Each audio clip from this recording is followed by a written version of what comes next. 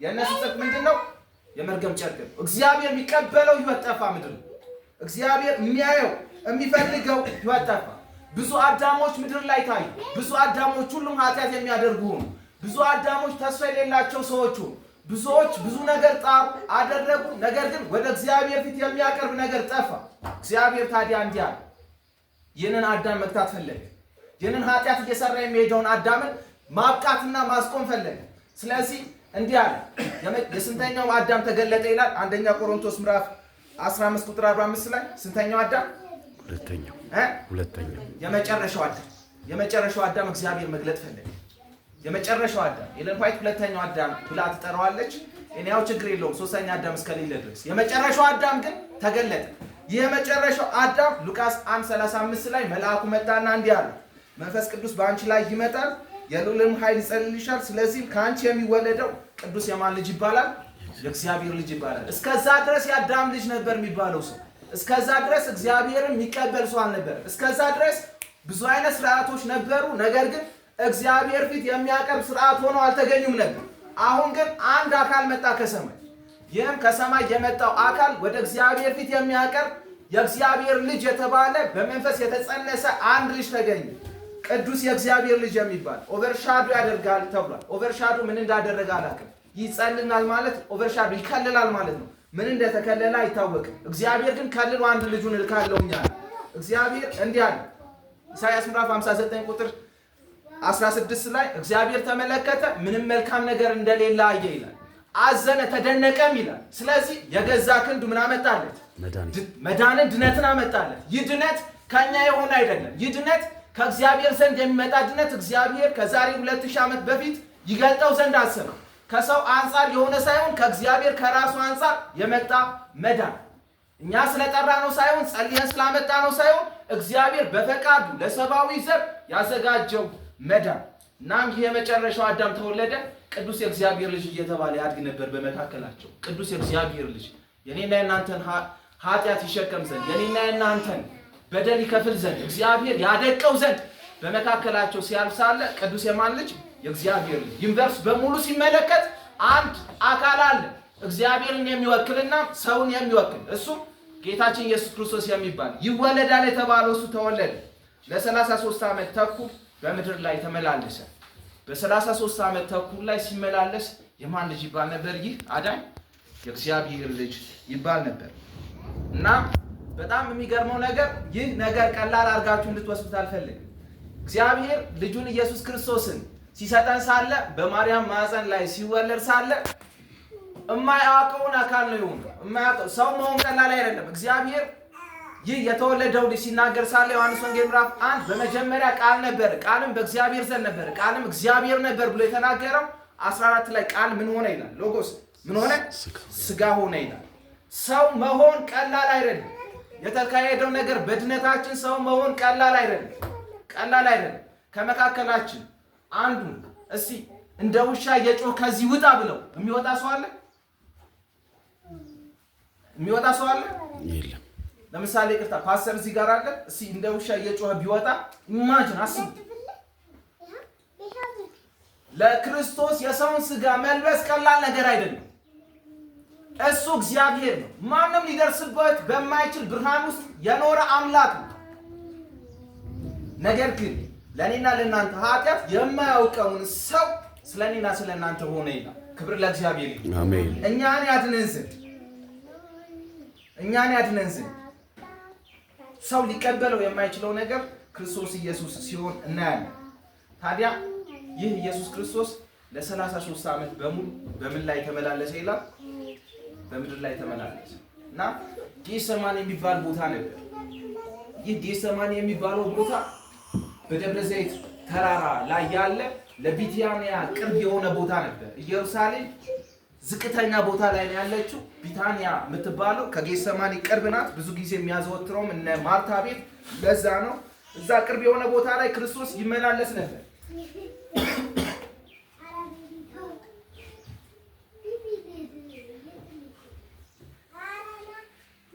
እና እዛ ቦታ ላይ በአንክሮት ማሰብ የሚፈልግበት ቦታ ነበር። እዛ ቦታ ላይ አገልግሎቱን ከመጀመሩ በፊት የሚጸልይበት ቦታ ነበር። እዛ ቦታ ላይ ከእግዚአብሔር ጋር የሚወያይበት ቦታ ነበር። ነገር ግን በአንድ ወቅት ላይ በአንድ ሌሊት ላይ ጌታችን ኢየሱስ ክርስቶስ ጌተሰማኒ ከዛ በፊት በተለየ መልኩ ይጎበኘው ዘንድ ወደደ። ጌተሰማኒ ከዛ በፊት ባልሄደው መልኩ ይጎበኘው ዘንድ ፈቀደና ወደዛ አመራ። ማቴዎስ 26:39 ማንበብ ትችላላችሁ። ያንን ሲጎበኘው እንዲህ ሆኖ ነበር የጎበኘው። ደቀ መዛሙርቶቹ ሶስቱ ደግፈውት ሄዱ። 2 ጊዜ ሊወድቅ ነበር ባይደግፉት ኖሮ። ያ ብርቱ የነበረው ኢየሱስ ክርስቶስ፣ ያ የሞተው የሚያስነሳ የነበረው ክርስቶስ ይፈራና ይንቀጠቀጥ ጀመር። ሄዶም አልፎ ብዙ ሰዎች ሊያዩት የሚፈልጉትን ኢየሱስ ክርስቶስ በዛ ወቅት ላይ ደንግባት አልባ ሆነ። የሕማም ሰው ሆነ። ደዌን የተሸከመ ሰው ሆነ። ያንን ቦታ ፈራው። ወደዛ ሄደ። መጽሐፍ ሲናገር ሳለ ስታነቡ ኢየሱስ ልክ እንደደረሰ ጌተሰማኒ ላይ ቀጥታ እንዲህ ወደቀ ነው የሚለው። ፊት ለፊት እንዲህ ወደቀ ነው የሚለው እና መጽሐፍ ሲናገር ሳለ ስለ ጌታችን ስለ ኢየሱስ ክርስቶስ ይህንን ቦታ ሲናገር ደረሰ። በጣም ፈርቷል። ወደቀ። ተንበርክኮ መጸለይ ጀመረ። ኢየሱስ ማለት ራዕይ ምዕራፍ 4 እና 5 ሄዳችሁ ማንበብ ትችላላችሁ። ጸሎት ወደ እርሱ የሚደርስ አምላክ፣ ቅዱሳኖች የሚጸልዩት ወደዚህ አምላክ። በዛ ወቅት ግን ተንበረከከ፣ ተደፋና አንድ ጸሎት ጸለየ።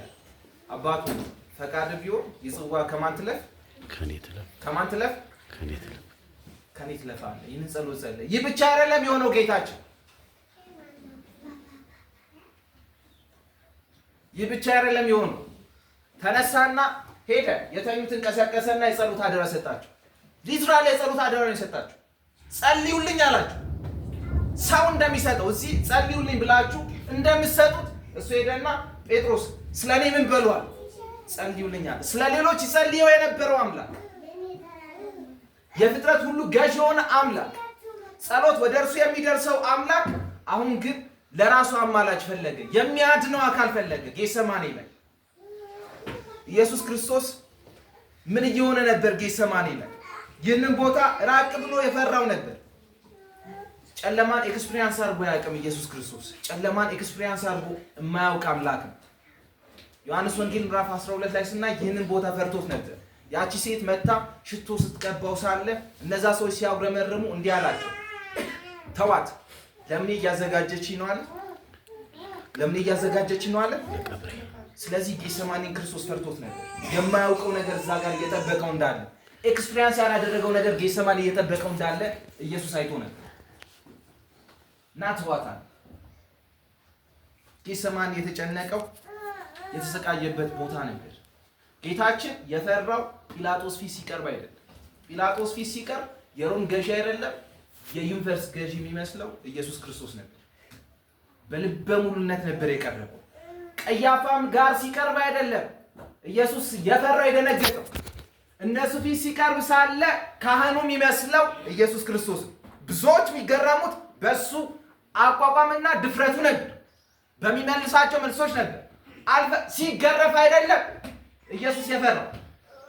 ያ ብረት አይደለም፣ እነዛ አይደለም የጎዱት። ጌተሰማኒ ላይ የሆነ ነገር እግዚአብሔር አብ እያደረገ ነበር። ከእግዚአብሔር ጋር በነበረው ግንኙነት ነበር እየፈራ የነበረው። የተመታውም ጥፊ አይደለም፣ የተወጋውም ጦር አይደለም። እየፈራው የነበረው አንድ ጉዳይ ነበር። ኤክስፒሪየንስ ያላደረገው ነገር ነበር። ጌታችን ኢየሱስ ክርስቶስ ኤክስፒሪየንስ ያላደረገው አንድ ነገር ነበር። በ33 ዓመት ተኩል ኢየሱስ ኤክስፒሪየንስ ያላደረገው ነገር ቢኖር ኃጢአትን ኤክስፒሪየንስ አላደረገም። ኃጢአትን አያውቅም። ከልጅነቱ ጀምሮ ኃጢአትን፣ ራስ ወዳድነትን አያውቅም። በ5000 ሕዝብ መካከል ሲመላለስ ተሳስቶ እየተራመደ ተሳስቶ ቃል አልወጣም ከአንደበቱ። እናንተ ስትነኩ እኮ የሆነ ቃል ታወጣላችሁ። ተሳስቶ ዛሬ እናትክን ብሎ ሰው ይመለሳል። እንዲህ ቃል አልወጣም በጌታችን አንደበት ውስጥ። አንደኛ ጴጥሮስ ምዕራፍ 2 ቁጥር 20 ላይ ሲናገር በእርሱ ኃጢአት የለም፣ ተንኮልም በአፉ ላይ አልተገኘም። ሲሰድቡት መልሶ አልተሳደበም፣ መከራም ሲቀበል አልዛተም። ነገር ግን ለጽድቅ ለሚፈርደው ለእርሱ ራሱን አሳልፎ ሰጠ ነው የሚሉ። ጌታችን በ33 ዓመት ተኩል ውስጥ ኃጢአትን ኤክስፒሪየንስ አላደረገም። ኃጢአትን አያውቁ። ጌተሰማኒ ላይ ግን አንድ ነገር እግዚአብሔር ማድረግ ፈለገ። እስከዛ ድረስ ኃጢአት አክት ነበር፣ ድርጊት ነበር። መስረቅ ድርጊት ነው። ማመንዘር ድርጊት ነው። ሰንበት መሻር ድርጊት ነው። አክት ነበር ኃጢአት እስከዛ ድረስ። አሁን ግን እግዚአብሔር አንድ ነገር አደረገ። ያንን አክት የነበረው ሳምቲንግ የነበረውን ሰንበት እያደረገ ነበር። እግዚአብሔር ወደ ፐርሰንነት እየለወጠው ነበር። ጌሰማኔ ነው መጽሐፍ ሲናገር ሳለ አንደኛ ቆሮንቶስ ምዕራፍ 5:21 ላይ በእርሱ ሆነን የእግዚአብሔር ጽድቅ እንድንሆን ኃጢአት የሚያውቀውን ልጁን ስለኛ ምን አደረገው ይላል? ኃጢአት አደረገው። ጀስት ፐርሰን እያደረገው ነበር እግዚአብሔር። ፐርሰን ማለት ኃጢአት ሲባል ከምድር አቤት የሚባል አካል ተገኘ። ኃጢአት ሲባል ኢየሱስ ተገኘ። ሌላ ሁሉ ተሰብስቦ የዓለም ሁሉ ኃጢአት ኢየሱስ ክርስቶስ ላይ ተገኘ ማለት ነው። ስለዚህ እግዚአብሔር አብ ሲጀመር ሰውን ማጥፋት አይፈልግም ነበር። ማጥፋት የሚፈልገው ምንድን ነበር? ማጥፋት የሚፈልገው ኃጢአትን ነበር። አሁን ግን እግዚአብሔር ተመቸው ምንን ለማጥፋት? ኃጢአትን ለማጥፋት። ምክንያቱም ሰው ሲጠራ አበበ ሲባል ሰው አበበ ተብሎ የወጣለት አካል አቤት እንደሚለው አሁን እግዚአብሔር አብ ከሰማይ ሆኖ ኃጢአት ሲል ኢየሱስ ምን ሊለው? አቤት ሊለው ተገኘ አካል። እግዚአብሔር አብ ተመቸው ምንን ለማጥፋት? ኃጢአትን ለማጥፋት። ከዛ በኋላ ወሰዱት። ምን አደረጉት? መስቀል ላይ ጌታችን ኢየሱስ ክርስቶስ ምን አደረጉት? ሰቀሉት። እዛ መስቀል ላይ እንዳስቱ ጌታችን ኢየሱስ ክርስቶስ የተቀበለ ሰው እዛ መስቀል ላይ ነበር። ኢየሱስን የተቀበለ ሰው እዛ መስቀል ላይ ነበር። መጽሐፍ ሲናገር አንደኛ ቆሮንቶስ ምዕራፍ 1 ላይ የእግዚአብሔር ኃይልና ጥበብ ጌታችን ኢየሱስ ክርስቶስ ይላል። የእግዚአብሔር ኃይልና ጥበብ ምን አይነት ኃይልና ጥበብ እንደሆነ አላውቅም። መጽሐፍ ሲናገር ሳለ ግን እዛ መስቀል ላይ እኔም አለሁኝ ኢየሱስም አለ። እዛ የተሰቀለበት ቦታ ላይ የተወጋበት ቦታ ላይ እኔም አለሁኝ ኢየሱስም አለ። የእግዚአብሔር ጥበብ ምን እንደሆነ እስካሁን አላውቅም። ኢየሱስን ገደለው፣ አንተ ግን ትኖራለህ አለ። ስለዚህ ኢየሱስ ክርስቶስ በዛ ቦታ ላይ ቀበሩት፣ ሞተ። የኔና የናንተን ኃጢአት ወስዶ ማለት ነው። የምድር ሁሉ ኃጢአት ምን ላይ ተሰቀለ? ምን ላይ ተሰቀለ? ምን ላይ ተሰቀለ? መስቀል ላይ። የፍርድ ቤት ትእዛዝ አይደለም የተሻረልን ወገኖች። የፍርድ ቤት ትእዛዝ አይደለም የተሻረልን። የዘላለም ሞት ነው የተሻረልን መስቀል። የዘላለም ሞት ነው የተሻረልን መስቀል። ሰው የፍርድ ቤት ትእዛዝ ተሽሮለት አደባባይ ላይ ይንከባለላል። የፍርድ ቤት ትእዛዝ ተሽሮለት የዘላለም ሕይወት ተሰጥቶ ሰው ኖርማል ሊሆን አይችልም። ብናብድ አለ ጳውሎስ፣ ብናብድ ለዚህ ወንጌል እናብዳለን አለ ጳውሎስ። መስቀል ላይ ለተሰራው ወንጌል እናብዳለን አለ። ኢየሱስን ወሰዱትና ምን አደረጉት? መቃብር ውስጥ ምን አደረጉት? ቀበሩት። በሶስተኛው ቀን ተነሳ። ማቴዎስ ወንጌል ምዕራፍ 27 ስናነብ መቃብሮች ምናምን ይላል ተከፈቱ። ራዕይ ምዕራፍ 5 ነው። ከመቃብር ተነስቶ የተደረገ ድርጊት፣ ከመቃብር ክርስቶስ ኢየሱስ ተነስቶ ሰማይ ሲገባ የተደረገ ድርጊት ነው። መቃብሮች ተከፈቱ። ብዙ ሰዎችም ከየት ወጡ ይላል? ከየት ወጡ? ከመቃብር ወጡ። ዘር የጀመረው አዳምና ሔዋን ላይ ነበር። ሔዋን ከማን የተወሰደች ነበረች? ከአዳም የተወሰደች ነበር። እግዚአብሔር ሔዋን ለመፍጠር አዳም ላይ ምን አደረገበት ይላል? እንቅልፍ ጣለለት። ከእንቅልፍ ሲነቃ ሳለ ይቺ ሴት ማናት ብሎ እግዚአብሔርን ጠየቀው። ያውቃታል። ምን አለ? ይቺ ስጋ ከስጌ አጥንት ከአጥንቴ ነች አለ። ኢየሱስም ከሞት ሲነሳ ከመቃብር የተነሱት ማናቸው አላለም። ያውቃቸዋል፣ ከፍሎባቸዋል። እና ማናቸው አላላቸው። ተከትሎ ምርኮም ማርኮ ወደ ሰማይ ገባይ። በስም ይለያቸዋል። ኤፌሶን ምዕራፍ 2 ቁጥር 6 እና 7 ስታነቡ ከእርሱ ጋር በትንሣኤ ከተባበርን በኋላ በሚመጡ ዘመናት በማን ቀኝ አስቀመጠን? ከእርሱ ጋር ይላል። በማን? በአባቱ ቀኝ፣ በአብ ቀኝ አስቀመጠን ይላል። ክብር ለእግዚአብሔር ይሁን። አሜን። ሃሌሉያ። ይጸጋ ነው ያዳነ። አሜን። ይጸጋ ነው ያዳነ። ይጸጋ ነው እኔና እናንተን ያመጣ። አዲስ ዘር ተገኘ። ይህ ዘር ማናችሁ የሚል አይደለም፣ የቀጠለ ዘር ነው። ዛሬም እኔና እናንተ የማን ዘር ሆነን ነው እዚህ የተገኘ ነው? የማን ዘር? የክርስቶስ። የማን ዘር? የክርስቶስ። የማን ዘር ነን? የክርስቶስ። የክርስቶስ ዘር። ስለዚህ የኛ ዘር ምን ይላል? የኛ ዘር ምን ይላል? ምን አልን ቅድም? ዘራችን ምን ይላል? ይበልጣል። ይለያል። የኛ ዘር ይለያል። የሚበልጥ ዘር ነው። የሚበልጥ ዘር ነው። ምድራዊ የሆነ ዘር አይደለም። ያንን ዘር እግዚአብሔር ገታና የማንን ዘር አስቀጠለው ይላል? የክርስቶስን ዘር አስቀጠለ።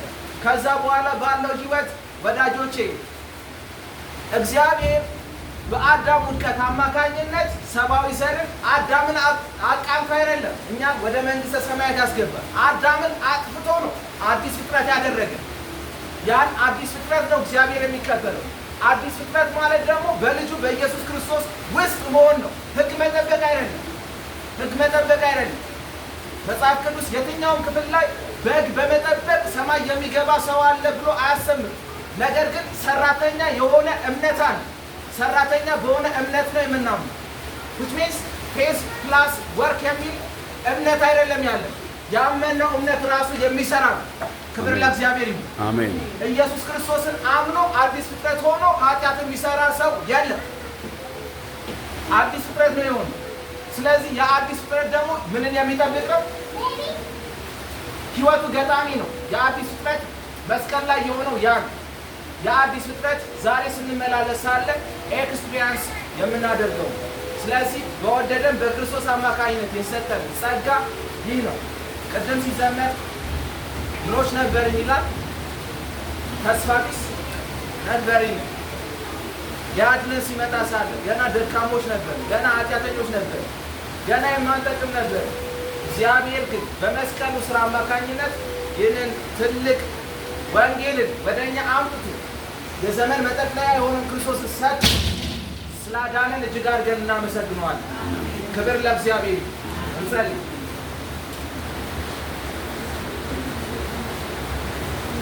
እግዚአብሔር አምላክ ሆይ እናመሰግናለን። አሜን።